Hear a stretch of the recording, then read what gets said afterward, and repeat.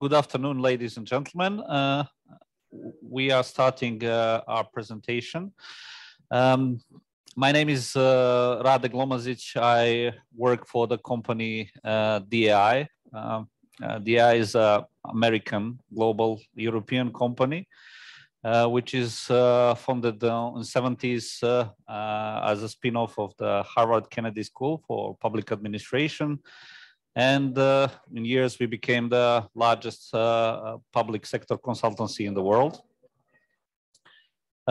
We are currently working in Turkey on several projects, and one of the projects that was presented was in a previous presentation, which was a low carbon development project, which we finished 2 years ago.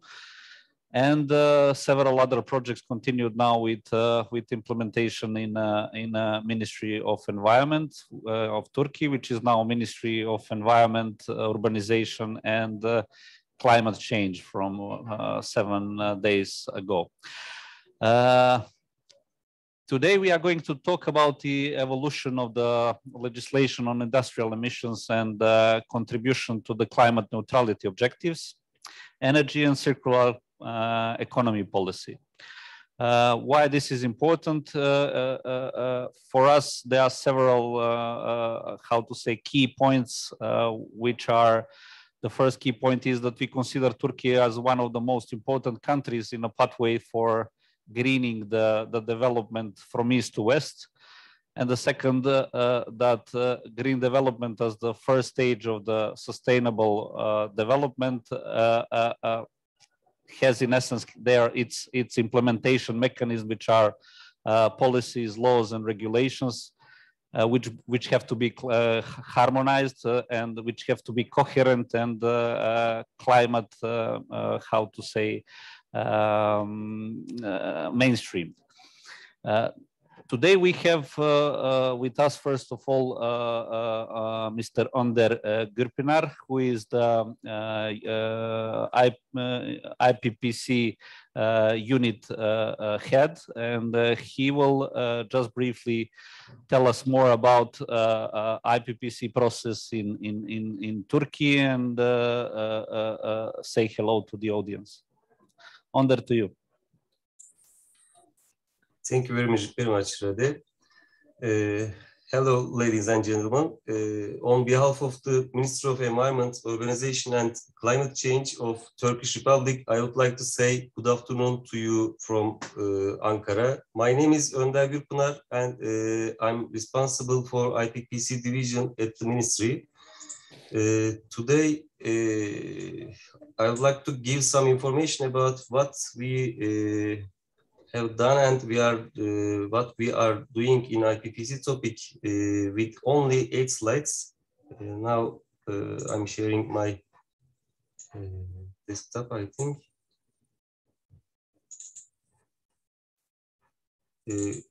Can you see? Oh, yes, I think you can see.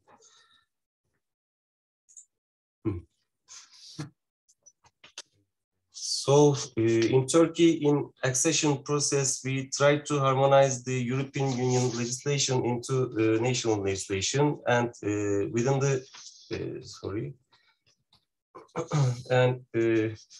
within the harmonization period, Department of Air Management carries out various studies and efforts for harmonization of the Integrated Pollution Prevention and Control Directive as one of the EU Environment and Climate Change Chapter's closing criteria.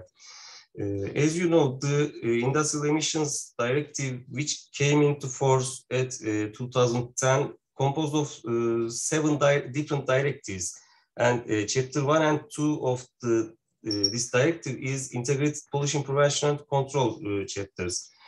The IPPC aims to protect the environment in a holistic approach, preventing or reducing the industrial-based emissions and waste generations at its source by using best available techniques. Integrated Pollution Prevention and Control, shortly IPPC approach, ensures a pre-activity environmental assessment mechanism that is based on reduction of pollution at source, application of BAT, best available techniques, evaluation considering costs and environmental benefits, innovation and resource efficiency. The facilities that are carrying out the activities are listed in the Annex 1 of the IED. As seen on the screen, energy, mineral industry, metal production and processing, manufacture of chemicals, waste management are the main topics of the activities. And also there's a topic called other activities, the sectors like pulp and paper, textile and tannery, and some more sectors are also under this topic. In Turkey, we have also combined permit system, but not IPPC. There are four main differences. Firstly, the current permit process begins after completion of construction, but IPPC process starts with the EIA, Environmental Impact Assessment process before the construction. Secondly, in our current system, the control of the emissions is after the end of pipe techniques, but in IPPC, control of the emissions and energy efficiency is done within the production process by using best available techniques. Thirdly, cross-media effects are taken into consideration at IPPC. And lastly, at IPPC permit, instead of fixed emission limit values, emission value range is applied. So what we have done about this issue as a country, in the years between 2011 and 2014, we performed an IPA, Instrument for Pre-Accession project with two components, twinning and technical assistance, which is called Support to the Implementation of Integrated Pollution Prevention and Control Directive in Turkey. In the project, we have prepared the draft legislation of IPPC, I mean the Chapter 1 and 2 of Industrial Emissions Directive. And also the scope of in this project, a regulatory impact assessment study was performed and the inventory has been prepared. These years, according to the inventory, the technical assistance project has recommended to implement IPPC directive for the existing installations via sectoral implementation calendar. And after that, in order to have this sectoral implementation calendar, we decided to perform some sectorial specific projects. We performed the specific studies for LCPs within the scope of another IPA 1 project. According to the specific numbers, according to the specific studies for LCPs, in Turkey now we have 1,028 stacks in 82 large combustion plant area. And so in these sectorial projects, what we do, we are trying to understand the current status of each existing plant. Then we are performing some gap analysis. We are trying to determine the time needed and the finance needed in order to fully harmonize the requirements of these PATs. So we studied the cement specific industry in a scope of a national budget project. And in Turkey, we have 53 big cement factories and 81 kilns in total. And after visiting each of them, we tried to understand their status and status of compliance according to the IED requirements. Moreover, projects have been conducted also for textile and tanning industries to determine the current state of compliance and needs. Also, we have studied the pulp and paper and glass manufacturing industry within the scope of Turkish-German cooperation, which is an advisory assistance project. And we have worked whole metal sector. I mean the integrated factories, the secondary materials factories, the surface plating factories, and etc. Within a national project, the national budget project again, called IPPC Medal. And when we started this project, we realized that this inventory will be higher. The number of factories in the scope of this Annex 1 of the IED will be higher. When we go in deep, we realized that just in the metal sector, we have approximately 3,000 factories. Also, Also, within the 2020, within the year 2020, we have also started a project named IPPC Waste. We reviewed an entire waste sector at the end of the project. And now we are conducting another project which is under IPI 2, as Rade said, determination of industrial emission strategy of Turkey in accordance with integrated pollution prevention and control. The project was initiated on July 2020. This 3-year project will cover all of these studies that I mentioned before, and we'll go in deep some sectors such as mineral and chemical sectors. And as a result, there will be the national action plan covering all sectors, especially chemicals and mineral sectors will be in hand. So for the implementation, our plan is like that. We will publish the draft legislation, and there will be some calendar for the harmonization for the new installations. This is for them made ready when they are planning their investments. And for the existing plans, we will publish as their legal binding document these national action plan we will prepare. For the implementation, we will have some communiques regarding these best available technique conclusions. We found it easier than to make them a part of some national legislation. I mean the air quality legislation or water quality legislation. There will be some specific sectoral communiques regarding the BAT conclusions. In the meantime, we have placed the emission limit values regarding BAT's best available techniques reference documents in the scope of draft bylaw on industrial air pollution control. And now this is what we have in hand regarding IPPC.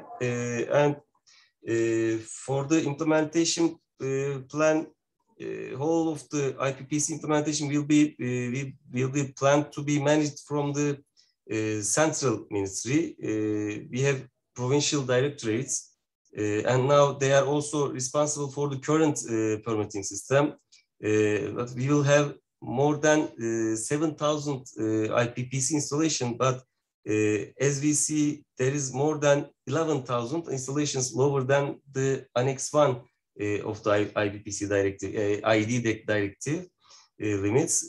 So these 11,000 installations will be permitted by our provincial directorates, and for all of the IPPC installations, the integrated permits will be given by the central ministry.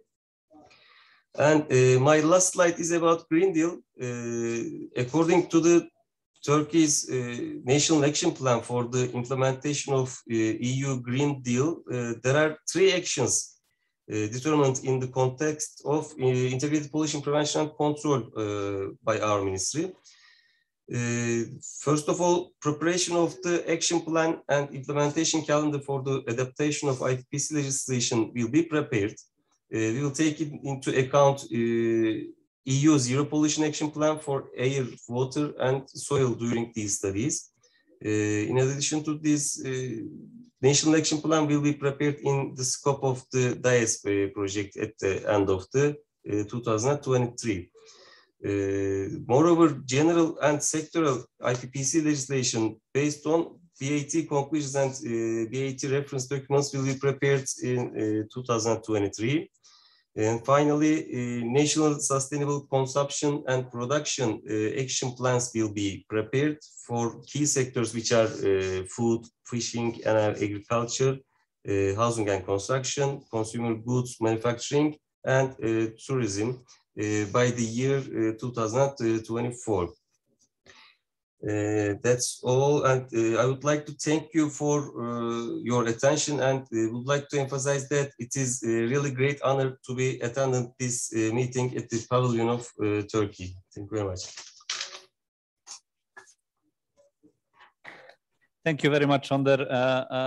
As Onder emphasized, there is a lot of work ahead, and hopefully we will, in the next years, be able to present this work and to present national action plan also to following COPs.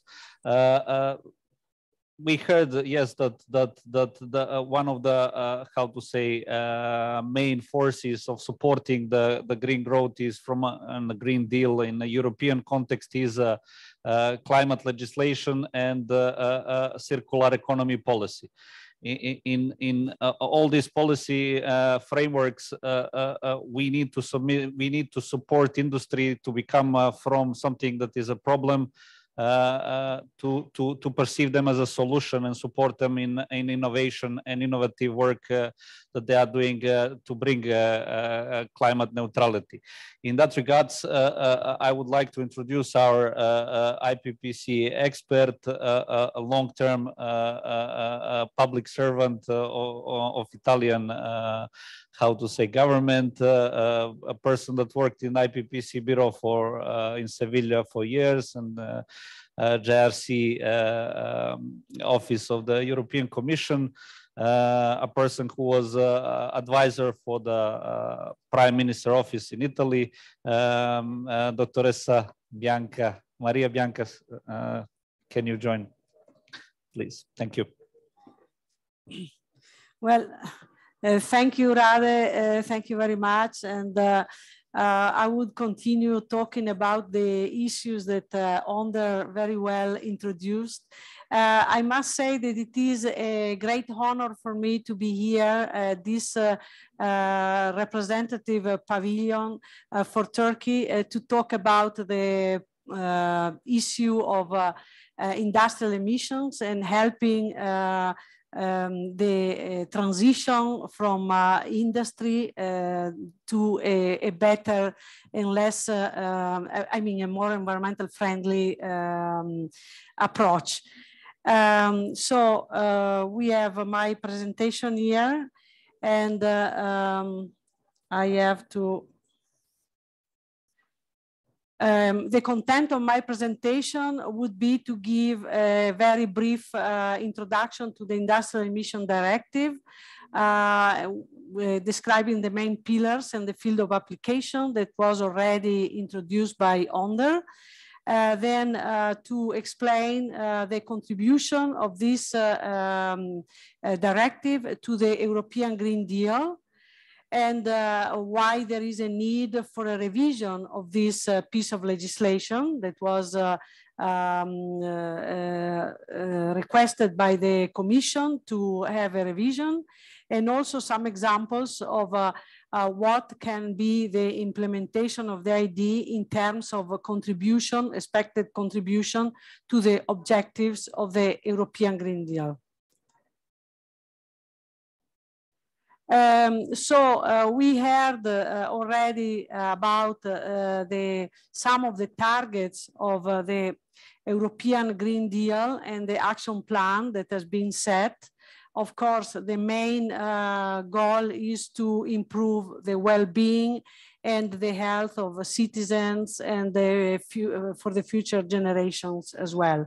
But one target is to reduce pollution at source compared to the current situation.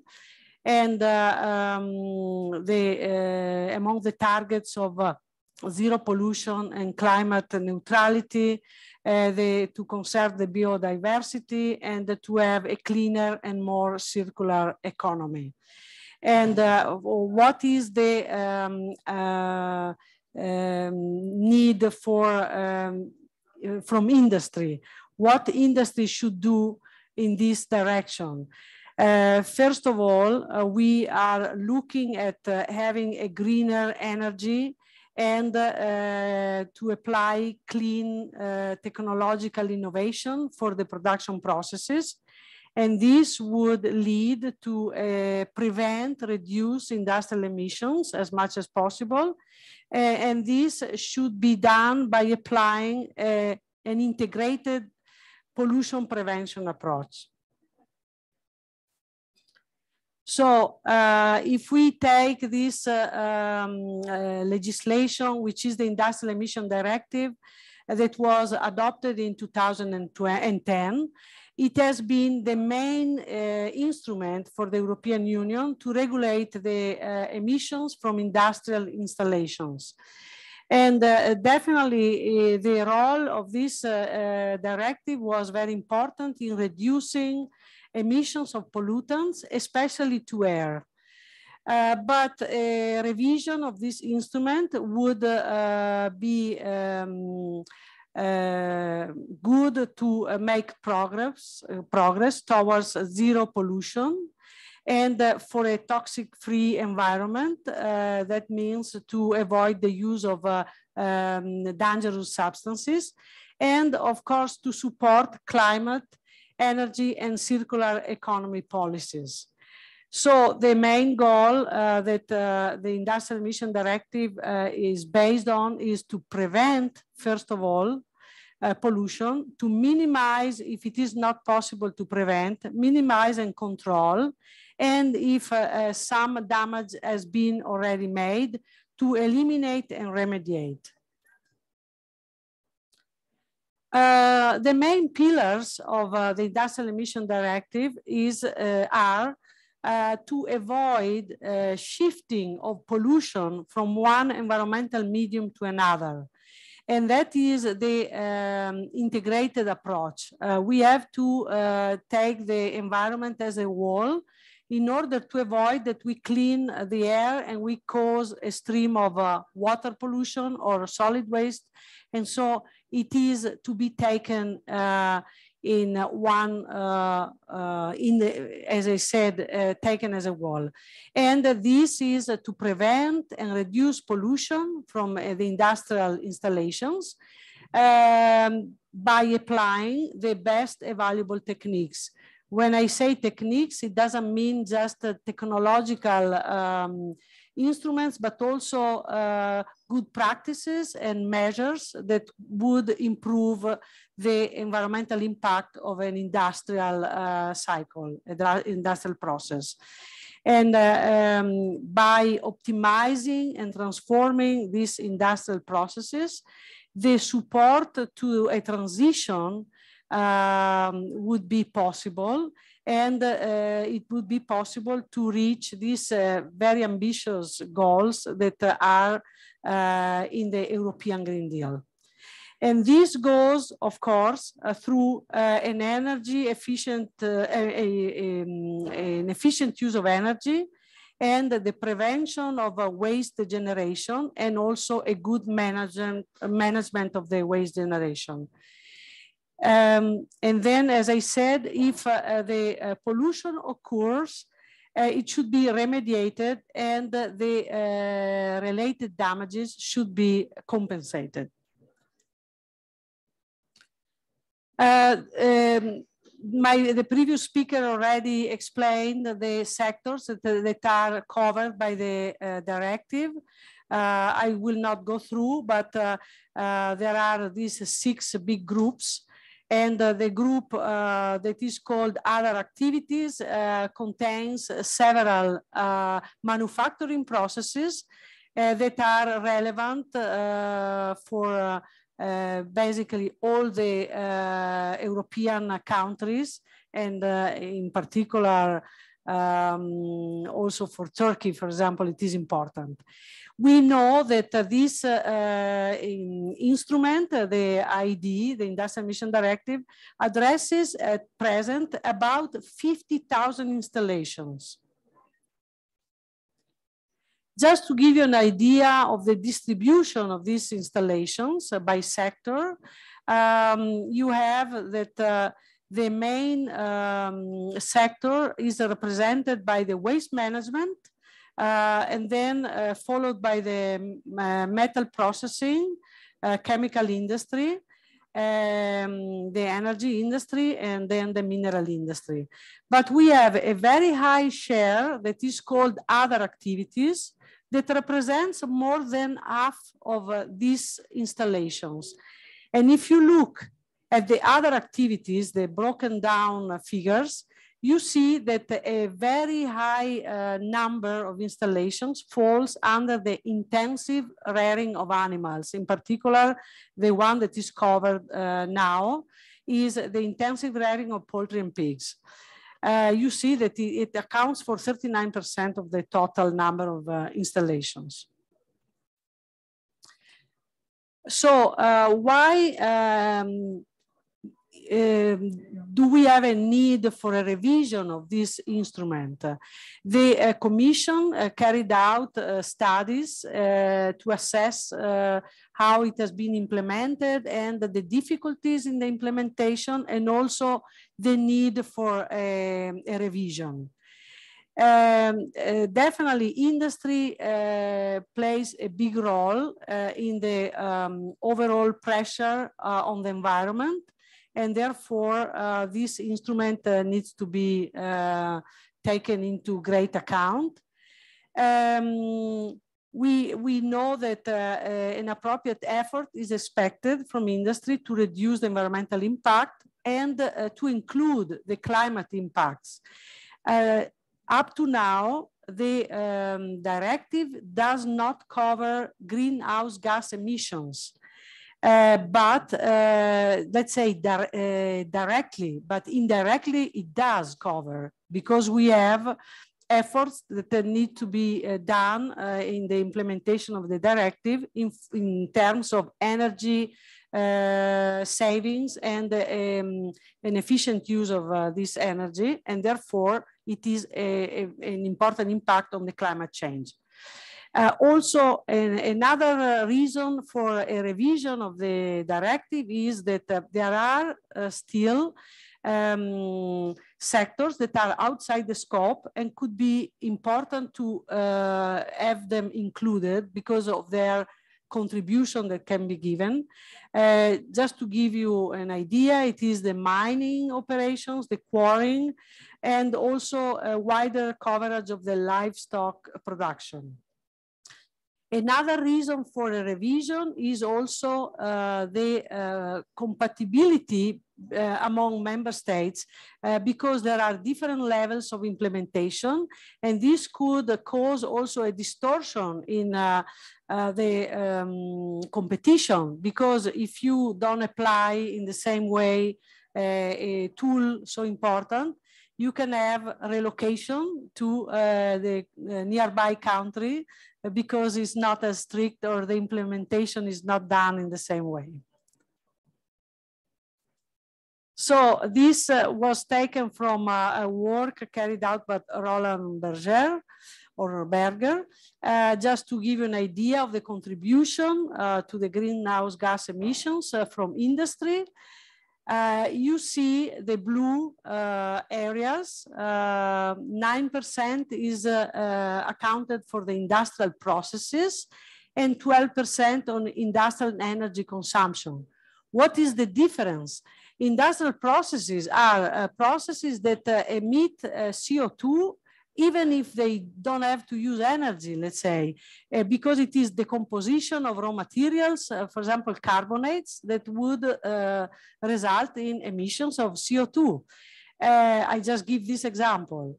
But altogether, 9 plus 12, you see that more than 20% of the CO2 emissions are accounted for from industrial production processes. I will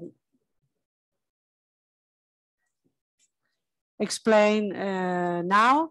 So what is the contribution to the European Green Deal that we can expect from the implementation of the Industrial Emission Directive? As we already said, it is to prevent and minimize the emissions to air, water, and soil, but is also to reduce and use efficiently the natural resources, which means raw materials, but also fuels and the use of water. And these should support the decarbonization by reducing specific energy consumption of these industrial processes, and therefore the release of greenhouse gases emissions. and the prevention and minimization of the production of waste, so to use on-site or to valorize waste in different applications, would reduce tremendously the amount of waste produced, and this would support the circular economy.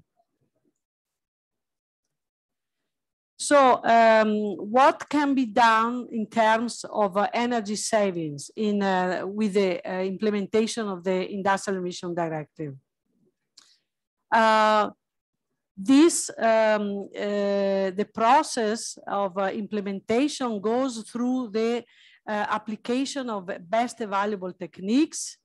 And these best available techniques include also measures to reduce specific energy consumption of the industrial processes. Just to give an example here, there are some summarized by controlling and optimizing the process through, for example, the control of operating parameters. This can lead to important energy savings. The irregular maintenance of the parts of the process that require energy consumption, like the melting furnace or the firing kiln for the mineral industry. Also, the optimization of the design and the selection of the technique, the best technique for the process, and the application of a good control of the parameters of the combustion. Also techniques that would recover energy, like heat boilers and preheating of fuels or raw materials. All these measures, they bring to important energy savings.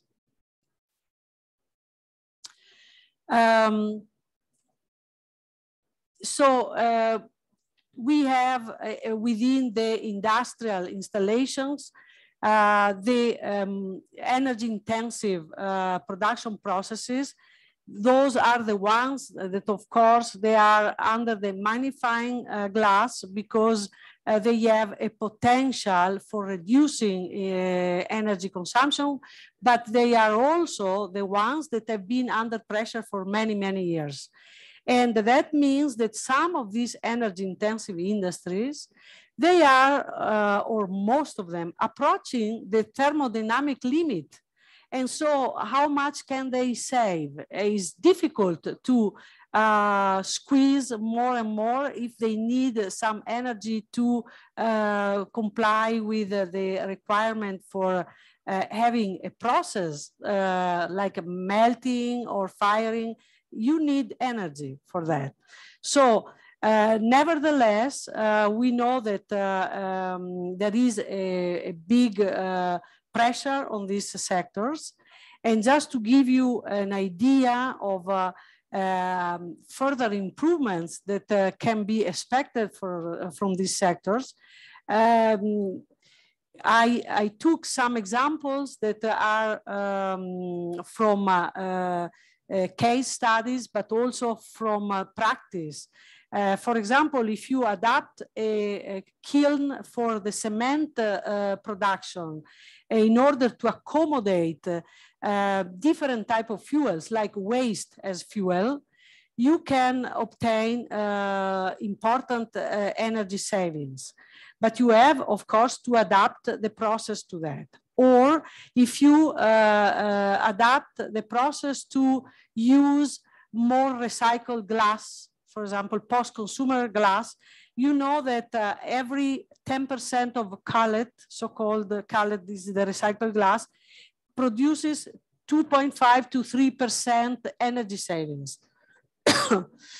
Also, if you control and carefully select the raw materials used in the process, this is an example from the ceramic industry, by reducing the moisture of your raw material, you can reduce the energy that you will have to use for drying. So all these are important actions that would bring to savings in energy consumption. And also the modification of heating techniques to use more innovative heating techniques would bring benefits. But this would be, of course, counterbalanced with higher investment costs. Just to show the energy-intensive industries what we can expect as challenges, and also the ones that are more under the constraints of these cost intensities for CO2 reduction. So we have that the metal production and processing and the construction materials, which is cement, glass, lime, and so on, are the ones that would have to face the higher costs. Then a medium costs are expected for the chemical and automotive industry, and lower costs for other products like industrial equipment, electronics. Pulp and paper is placed in the low cost because they have energy recovery that is very efficient in their process. So to support this energy intensive industries, it is important to take into account that they have disadvantages, and they have to be somehow protected against international manufacturers and the risks of relocation production. So these elements should be taken into account.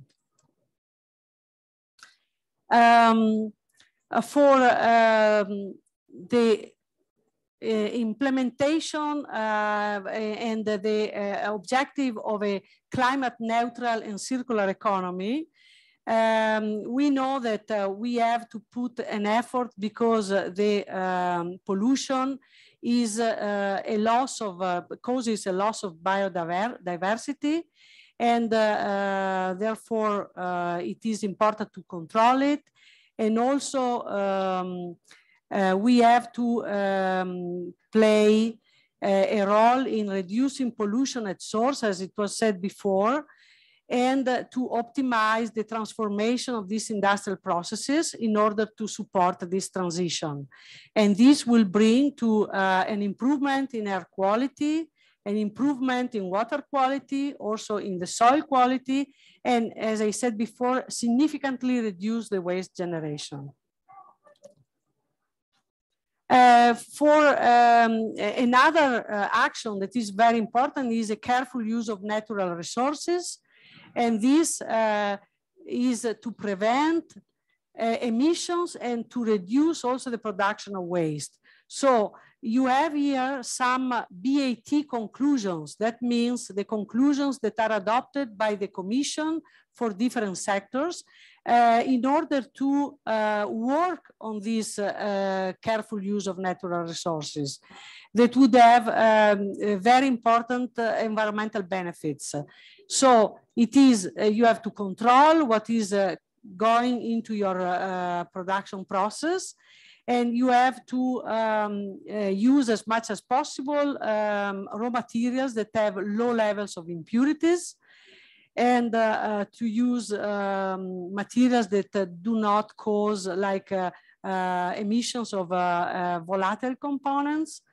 And the fuels have to be checked for their quality in terms of sulfur in particular, but also other metal impurities and so on. But also optimize the raw materials in order to reduce the losses, and in general to apply a quality assurance system to guarantee that all what you use, and also to control the characteristics of the wastes that are used as fuels or alternative raw materials. For water consumption, the reduction of consumption is done by reusing, recycling of the industrial waters. And this can be done by reducing the emission loads of pollutants in wastewater discharges, And also you have to perform a careful management of water.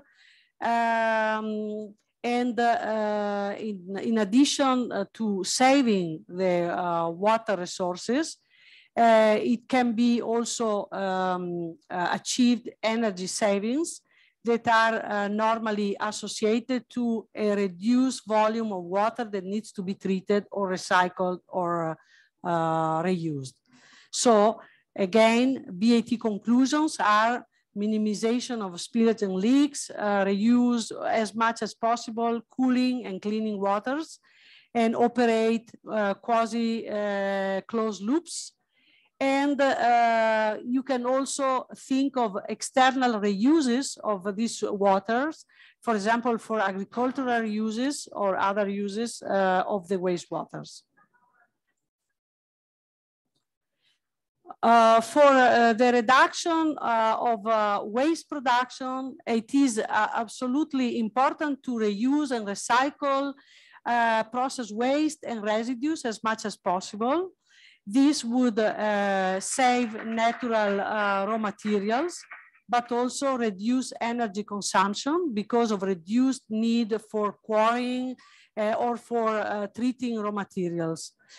And also, if you start from, for example, already melted glass, post-consumer glass, you save energy because you don't have the part of energy needed to transform the minerals into glass.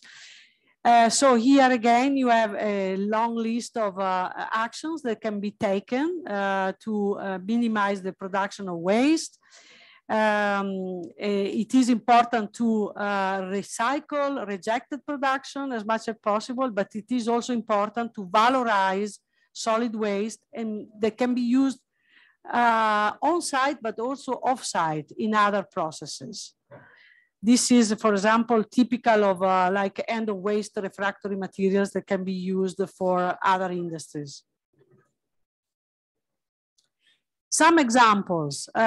These are two examples just to give an idea that the implementation in a field like it is a small sector, but important for some countries, tanneries, a coordinated action and investments to reduce water pollution, because for tanneries, water pollution is much more important than air pollution, and to find safer substitutes for hazardous chemicals and to reduce the use of hazardous chemicals, and also cut costs using in a better way the resources.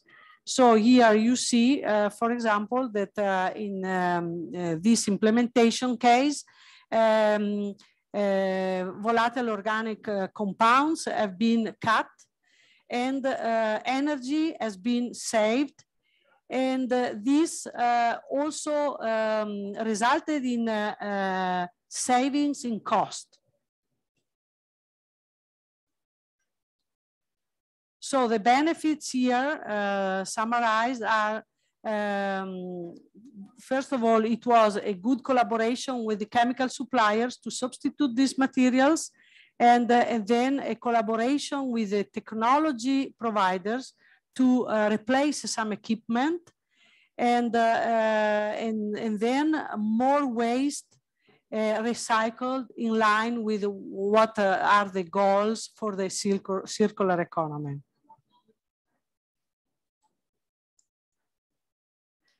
And another example, this is the last one. There are several, of course, but we cannot stay here all afternoon, is for metals. This is another case study on non-ferrous metal sector. And this was a requirement in the implementation of the Industrial Emission Directive that needed to reduce silica fumes.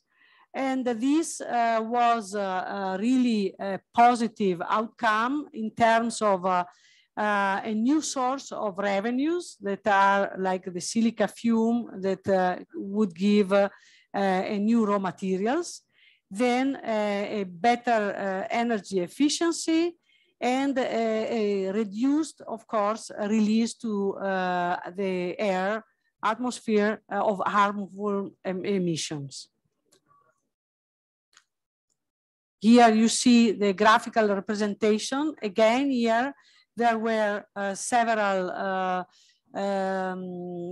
tons of CO2 emissions saved, and also benefits in terms of societal costs, and also a new, a reduced emission of silica fume that could be used also in another process for concrete addition for a new process. So these are the conclusions. It is the objectives of the European Green Deal. They require an important contribution from industry. We know that the goal is zero pollution, reducing the emissions to air, water, and soil. And the implementation of this directive is, and the revision also, it is foreseen to give a good, important contribution, in particular to climate, energy, and circular economy goals. And this significant effort that is needed for the transition to a greener economy may require transformation of industrial processes and specific actions to support the sectors that are more affected, but could also bring opportunities for promoting emerging techniques and innovation of the current status of the technological processes. And the application of an integrated pollution and prevention approach, which is at the base of this industrial emission directive, is very important for a better overall environmental impact of the industrial sectors, as well as for reducing production costs through energy savings, less use of raw materials and water, and to increase the expected benefits for this transition. Sorry, I forgot to put the last slide. Thank you very much for your attention. It was a long presentation, and thank you very much for your attention.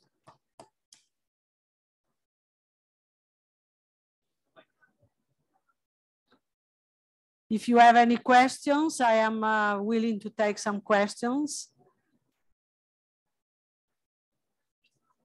He has a question too.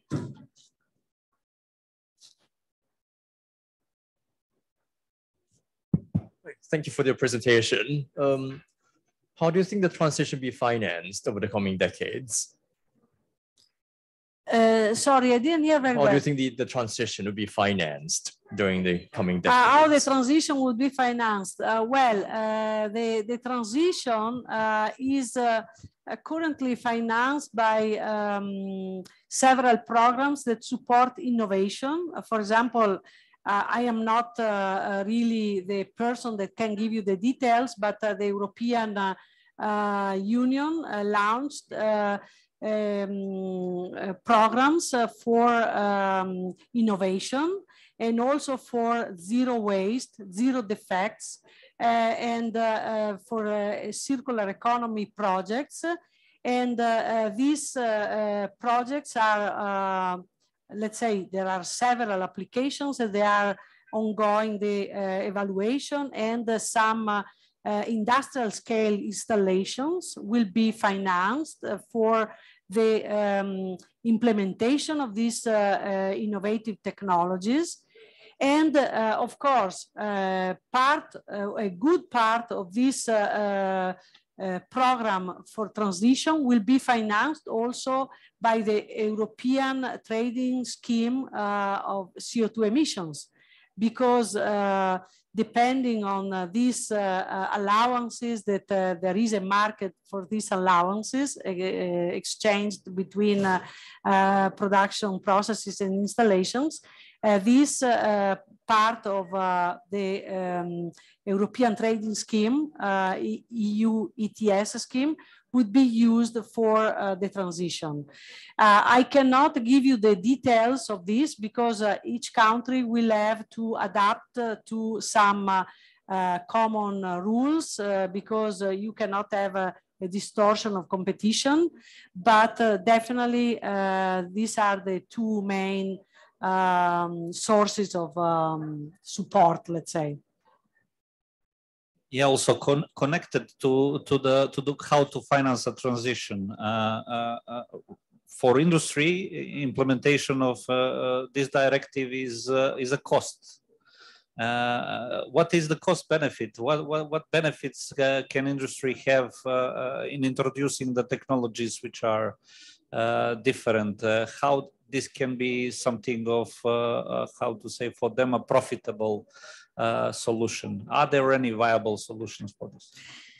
Well, let's say that at first sight, it looks like it is a cost only, but it has been proved in the countries where the implementation of the Industrial Emission Directive already took place. You know that it is not tomorrow every installation should be implemented with the BAT conclusion and so on, but it is a gradual implementation depending on the development of these techniques for each sector.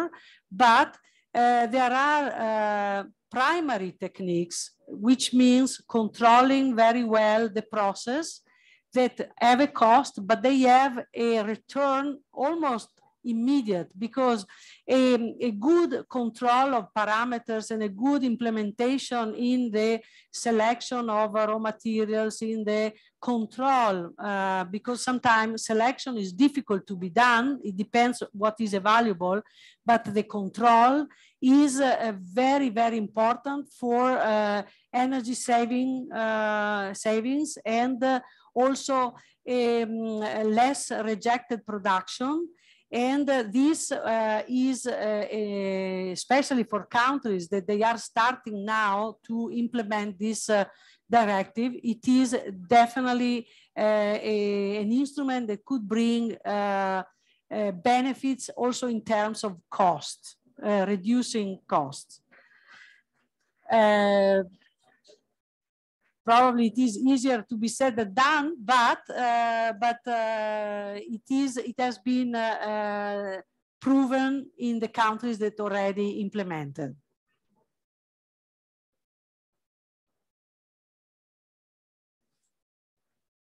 Okay, if there are no more, just one more question from my side in the regards of implementation, and you say also the cost benefit. What are the most promising sectors? Which sectors will adopt the first, and what is in your experience, which sectors are the ones that will be fastly adopted? Well, this is not a very easy question, because which are the sectors that adapt the best? Well, you know that normally the energy sector has a longer time for transition, because it is you have to select fuels, and the fuels, they depend very much on the energy policy of a member state, and also the investments needed are important. But there are sectors that can implement, as I said, the energy intensive industries, they can definitely implement the ID, the Industrial Emission Directive, in a certain way that would bring results in a short term. When they rebuild a furnace, they can decide already to implement a new technique, or let's say an innovative system that would bring immediately energy savings. But other sectors that could contribute, each sector can really contribute, but the most difficult are metal, the metal sector. Normally they have a hard time doing it. And as I said, the high cost of the mineral industry and the construction materials, they need some transition. And other sectors, they are better position, let's say. It depends on the starting level. That is difficult to say it is this, because it depends very much on the starting level of a country. Yeah. Because we have to consider that we are talking about European Union, where within 4 years of the adoption of a BAT conclusion by the Commission, the installations, they have to be compliant with the directive, or they can have a derogation very solidly explained and supported, justified.